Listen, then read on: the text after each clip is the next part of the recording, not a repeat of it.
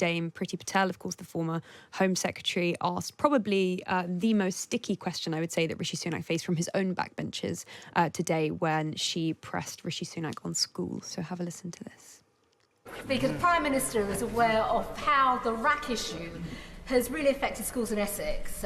We've got a high number of schools that have been impacted, and he's rightly said today that the government's doing everything it can to get children back to school.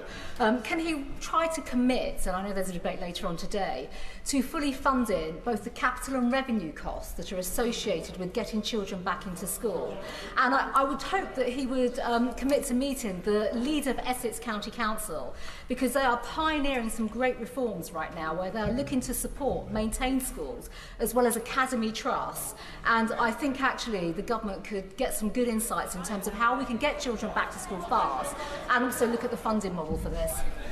Can I first of all start by thanking my right honourable friend for the engagement constructively that she's had with the department, and indeed pay tribute to her school leaders and local authority for everything that they are doing. I am happy to give her the reassurance, as the Chancellor already said, new funding will be provided to schools to deal with this issue, but also to ensure that we can get through this as quickly as possible for her constituents and parents, and indeed everyone's. DfE are in the process of increasing the number of dedicated caseworkers from 50 to 80. We have 35 project directors regionally on the ground to support, and we've increased the number of survey firms by more than double, Mr. Speaker, so that we can rapidly, over the next few weeks, fully assess all the relevant schools and have a mitigation plan in place. Stephen, this is really striking, because Keir Starmer mentioned 6 schools in Essex, but it was reported yesterday there were 54 schools in Essex with potential RAAC concrete, 15 of them run by Essex County Council,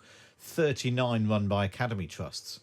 Obviously, there was a lot of this concrete around in Essex in the 70s or whatever. And it's interesting that, explain with the difference that Priti Patel was asking about, the difference between capital and revenue.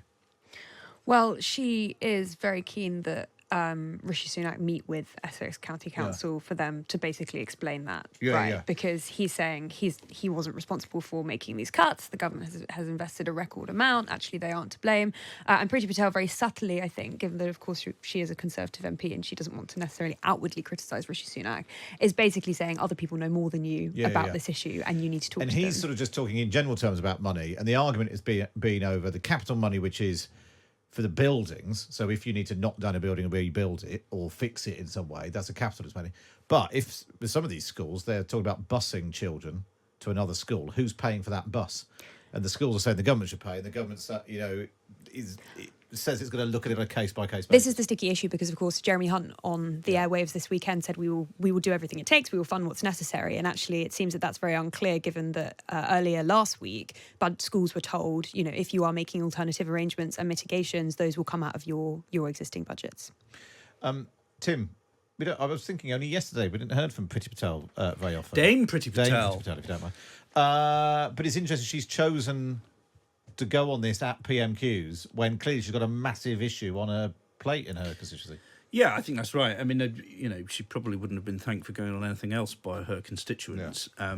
She did it politely, but there was a definite air of the smiling steel behind there, wasn't there, as you've been discussing. Surely not gently suggesting that someone knows more about something than Rishi Sunak. Surely not. Normally has stared at every problem until all the facts submit to his will. In fact, Labour have just put out a statement saying that they've been through the list that the Department for Education has released, and 19 of the schools which have got the reinforced autoclaved aerated concrete had building projects cancelled in 2010. So 19 schools, which were literally part of the Building Schools for the Future, cancelled by Michael Gove. They've now got whether or not it would have been dealt with is, a separate question. But it's clearly now they've got 19 schools, potentially 19 seats where they can really hammer that point home.